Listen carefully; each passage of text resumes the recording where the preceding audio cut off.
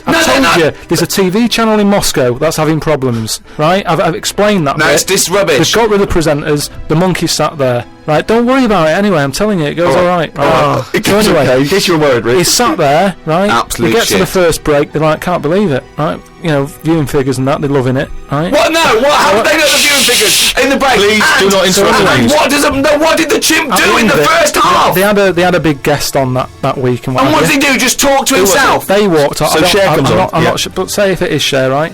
No, Right, what? the main gaffer is like going, Cher's going to go mental at us, right, for putting So that it is. monkey. No, it is Cher. In his mind, it's Cher sitting there talking to a chimp in a suit. So anyway, she and they're comes filming off- it for Moscow TV, and the ratings are going through the roof. Presumably there's a translator, because Cher doesn't speak either Russian or chimp. She comes off, right, and the bloke who's in charge is like, she's going to go mad. She's going to go mad here. She walks up, she goes, I love that.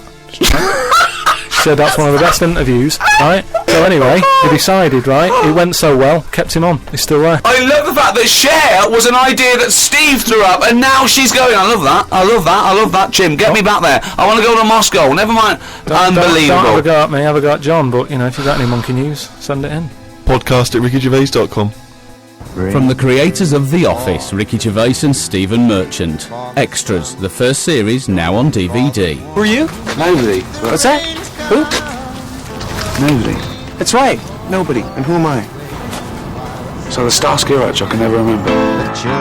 You are guaranteed an Oscar if you play a mentor. I've just written a sitcom, but I wonder if you could give it to anyone you know. Is there any nudity in it? Well, it could be. Men or women? I don't. Well, just women. Yeah. I will make it so. A painfully funny double disc. Extras on DVD now.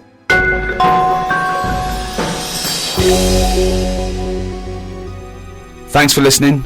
Happy New Year, particularly to our friends at Positive Internet. Those guys have a wild They time. host this podcast and they do a brilliant job.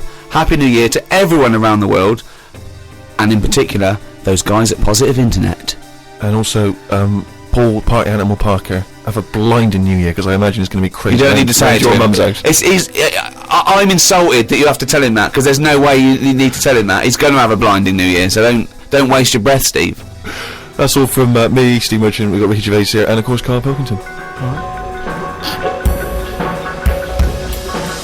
The Ricky Gervais Show on Guardian Unlimited.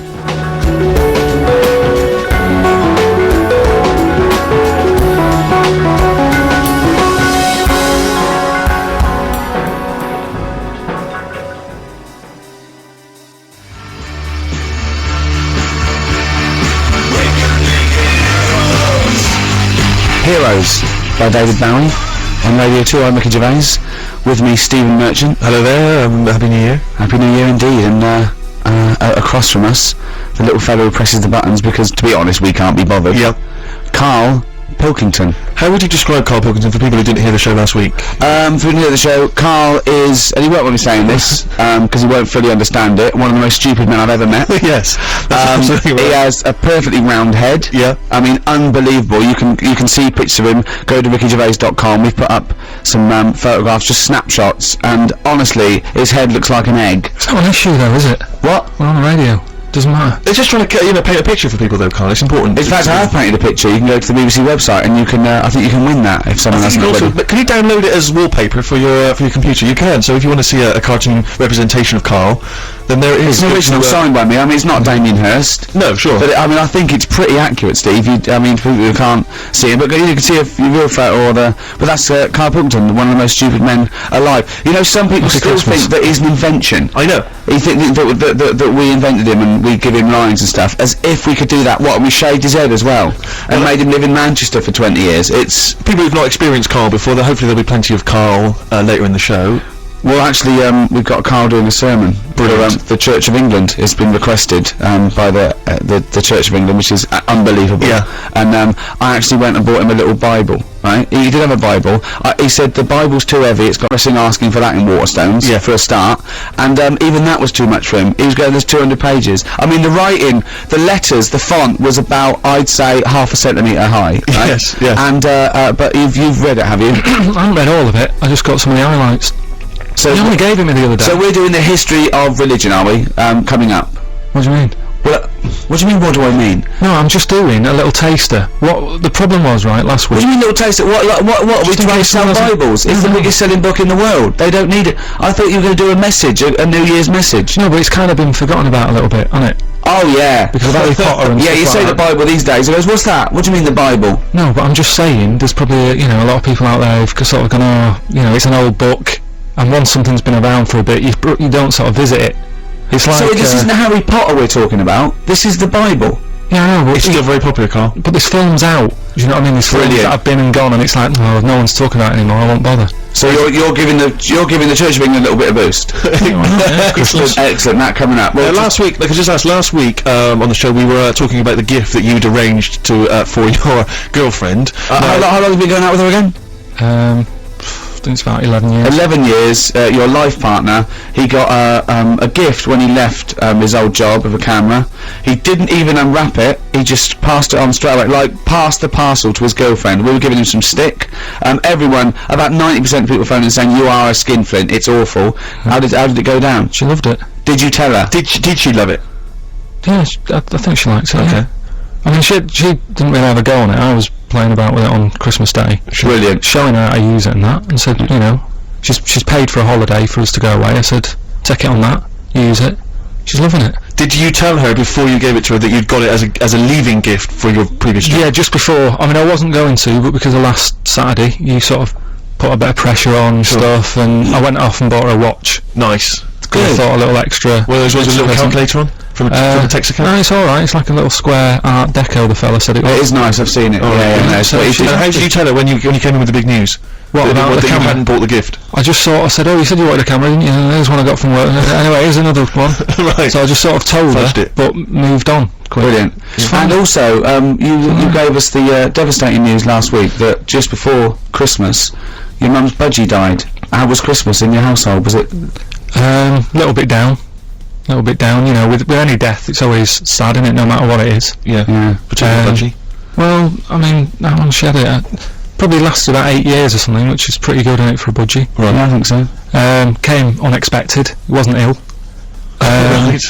And I spoke to her the other day and I said, you know, how's it going? Because on Christmas Day she was down. Yeah. Been calling her up every day. And I spoke to her the other day and said, you know, how are things? And she said, well, the other bird that's in the cage, she's got some sort of parrot that's in the same cage as it. Right. It's been a bit down. Sure. It's missing its mate. So what she did, she kept a few feathers from the budgie that died, right? She got a rock, a couple of sandwich fasteners, stuck the feathers on the rock. The other bird's happy now. Wow. Now I know that your mother explains everything. And if you ever die, we just get a tennis ball, stick it on the end of a broom, she'll be happy.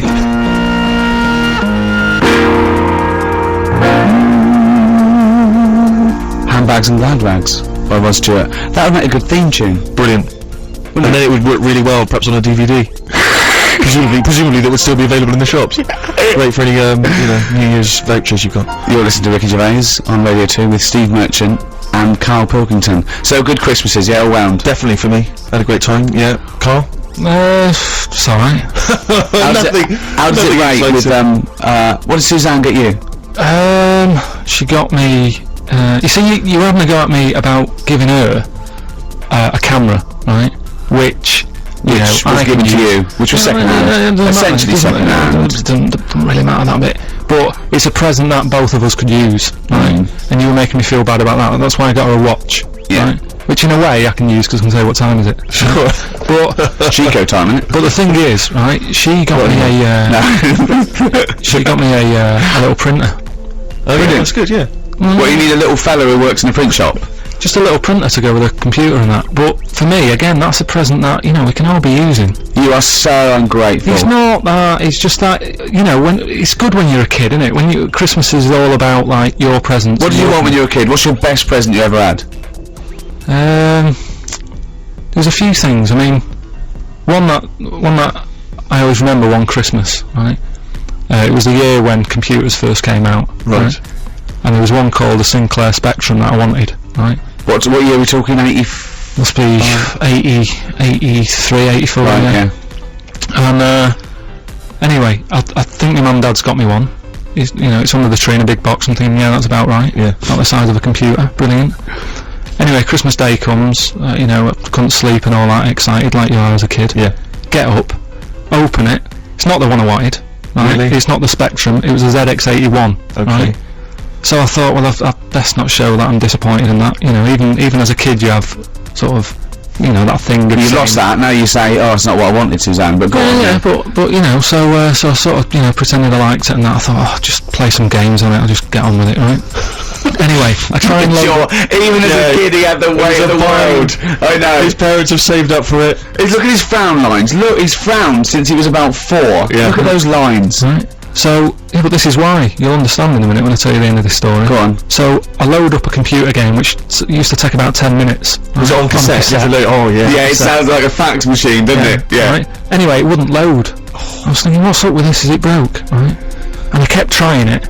And my dad sort of... my mum used to get up early to open the presents with me. My dad got up at about midday. He couldn't be bothered. Right? Anyway, he comes down. This is so telling. I know, the picture he paints is so heartbreaking. Like Alan Bennett or something. Or Dickens. Yeah, or some of those kind of 60s back, like Kathy Come Home. Sort of really distinct dramas. So anyway, so I'm there, right, getting frown growing and that. Yeah.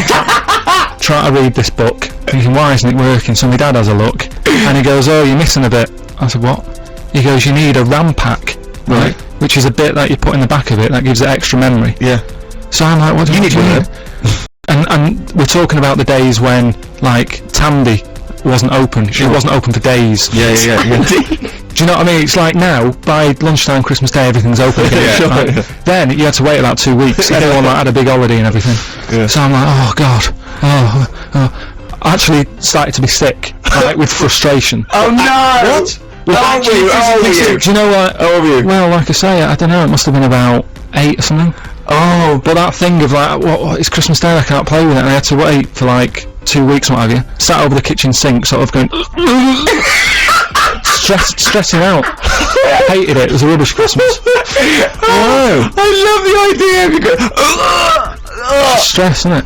What did your dad say? He just sort of said, look, calm down, we'll get you one when the shop's open. And it's like, yeah, but 2 weeks, isn't it? I have never heard anyone being sick from stress. Oh, poor little kid, just so stressed.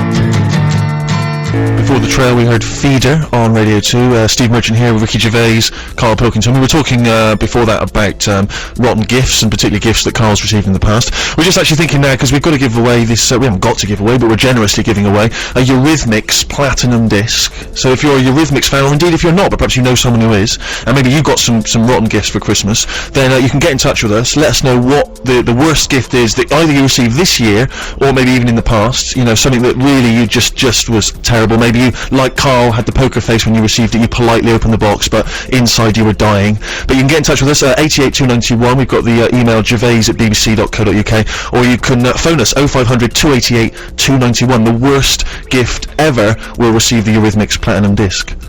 Well, talking of gifts, I got my girlfriend a few gifts. A trip to Paris and a few little bits and pieces, and one of which was a trip to the theatre. Nice. A thing we'd walked past before and we'd wanted to look really great. The Woman in Black, which is at the Fortune Theatre in Covent Garden. I bought 4 tickets so we could she could take some people. She chose to take Carl and Suzanne. Well, of course. Now I think it's a scary play, isn't it? It's a spooky It's a scary thing. So it's you about thought instantly ghosts. Carl's the man. Absolutely, and it was wasn't it great, wasn't it? And the theatre was so lovely, and the production is so lush, and it's genuinely really it's been for 17 years. They really honed it, and and it was great watching Carl. At one point, we were in a box, which I'll tell you about in a minute, and I just pointed to show Carl that this face was appearing, right? But as I was pointing, he didn't see me pointing, my finger came into his peripheral vision, and he went, oh! And I laughed for about 5 minutes, because he just saw a finger come in. I wasn't even trying to wind him up in that. That was such a bonus for me, and I nearly died. But the reason we were in a box, I went there and I said, oh, can I get a box? And they said, oh, the boxes are a little bit small and cramped. I went, okay, so they're going to give us some really good seats. So we got some nice seats downstairs. And do people go to the theatre these days to clear their throat? Yeah. And their nose? Yeah. Because I was surrounded by people going which I find absolutely disgusting. That even annoyed me doing it, and I apologise to people at home listening. And coughing and eating sweets, chatting about things, right? And I was getting a bad neck. You know what I'm like? I just wanted it to be silent, right? So in the interview, I said, I went up to the manager. I said, can we roll the box? And they went, oh yeah, fine, yeah. It was free. They wouldn't sell it. So we went up there and they let us go in. The first, we had to go past some people in the interview, treading past. Sorry. I'm a celebrity. I get a box. That's exactly. So they probably think, they've given it to him for a special treatment. I was going to buy it. It's no extra money. But they just didn't sell it because it's another reason to hate you. Yeah, exactly. Yeah. But we went in there. There's only 3 chairs. So I went, this was the other box has got 4 chairs. Carl went, I'm not going out there again. So we said, I'll sit on the floor. Imagine him sitting on the floor. Were you sat on the floor with your little head peeking over the edge of the box? No, this is it. So I went, let's go. We went out, he was so embarrassed. Of course, everyone's going, walking past people again, went in the box. Everyone's looking at the box now. Yeah. Right? And Carl was horrified. Carl was trying to hide, but it was... To be honest, I mean, the idea of a box is you get a better view, but I didn't, because I was like, I have to sit right at the back. Yeah. I might as well have been, like, near the fire exit. I just was like, I don't want to be sitting No, that's not the idea of boxes, to get a better view. I think it's from days where it was how you were meant to be seen. The boxes face each other, right, and you're meant to see who's in the other box. It was very a socialite type thing. The boxes are probably the worst view in the theatre. That's why some theatres don't actually sell them. But I'll tell you what, I'd rather have to lean forward and see something than be surrounded by people chewing But it wasn't that bad though, Steve. That's the thing. You know what he's like. Anything that's meant to be like a nice relaxing night out, whether it's going for a nice quiet meal, suddenly turns into this like nightmare. Well, I won't go to public places with Ricky because there's always something that'll annoy him, and then he won't take it out on them, he'll take it out on you. We gotta leave, it's too smoky, it's too noisy, it's not noisy enough. There's music, there's not music, it's an absolute nightmare. Well, people annoy me, that's stressful. So I mean, just the other day, right, I went out for something to eat. Nice quiet, Italian place. I walk in, there's about 6 people in there having a nice quiet meal, quiet. I thought, that's good, he's not going to complain about the noise and that. Sit down, I have some arrabbiata, which is nice and that. Alright. Anyway, he starts sort of normal chat, saying how he'd like to put my head in a vice. Sorry, he'd like to put your head in a vice? In a vice, yeah. Not really. Sort of normal, sort of. Yeah, and I was just thinking that it would be lovely to put him in, those vice that are sort of attached to workbenches? Yeah. Just so, not to anything else, just put it in there so he's caught there, and then I can sort of do paint his head or something, or feel it squeezing. And I just imagined sort of squeezing it too tight, So he's saying all this, right, which I'm getting the sort of picture enough without sounds, right? But then he thinks, well, why not add sounds? It's quiet in here, right? Starts sort of going, so your head's in the vice, tighten it, and you're sort of going, right? So he's sat in a chair, quiet restaurant, doing that. It's like the scene out of When Harry Met Sally, right? All these, like, tourists and that sat there sort of going, oh, look, Gervais over there. And suddenly, like, from a look of, like, oh, that's good, it's Ricky Gervais, to what the hell is going on? But I just imagine this little lad, because what he did, I just imagine him tighten, I go, Is there any other radio show that's ever been on Radio 2 that has had this discussion? Well, no. Does Johnny Walker, ODE, ever say, I'd love to put Terry Wogan's head in a vice and see what happens?